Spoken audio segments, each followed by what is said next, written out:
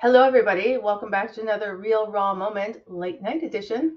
Actually, it's only 9 o'clock Pacific time, but for many of you, it's midnight, so it means we're on the Late Late Show. If only James Corden were here. Tonight's topic is about reclaiming things that you've lost and simple things, not the complex things, but simple things. So, I've recently started diving into some TV shows and movies that I used to watch with my ex-husband, not only in the beginning of our marriage or even before, but through Alienation. And their meaning was so tainted to me after that I could not rewatch them. In fact, if I heard a promo come on or, some sort of ad or even the same type of movie or show, I would break down in tears or I would have a panic attack or I would just have generalized anxiety.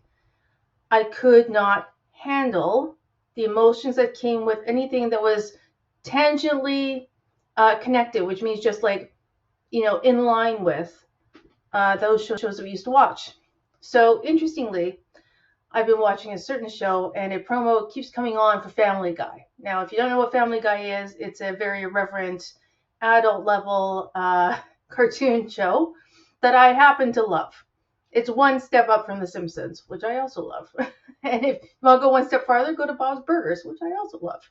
But Family Guy had a really special significance with my ex and I. We used to watch it all the time. We had special sayings, quotes from the show that we would share with each other. Like if something was going on, we'd say like this quote and be like, oh my God, everything was okay.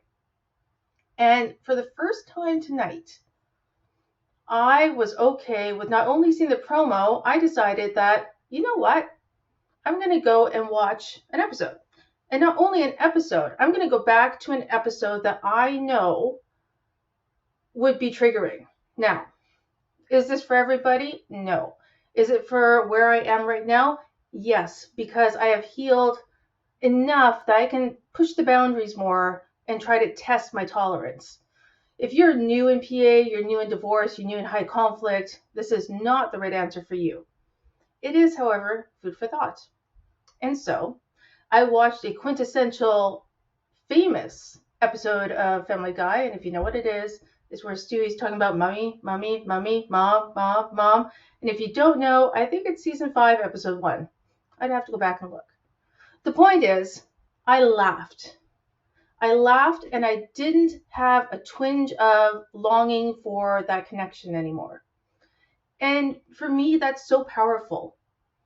It's, when we're going through all these things, it's important to forge new pathways. But it doesn't take away from the fact that we kind of cut off everything that we had with the alienator, with the families, with, even to an extent, sometimes our kids. I mean, there are kids shows I could never watch again. Or maybe I could now, I don't know. But the point is, it's possible to heal. It is possible to reclaim things that you lost. And that can be a TV show. That could be a meal. That could be a song on the radio. Listen to songs. I could go down all day long about songs and how they trigger you. And how there are certain things I could never listen to again. But the thing is, you can. In time, you can. But you've got to do the work. You've got to do the healing. You've got to get down and dirty with the emotions before you can come out of it.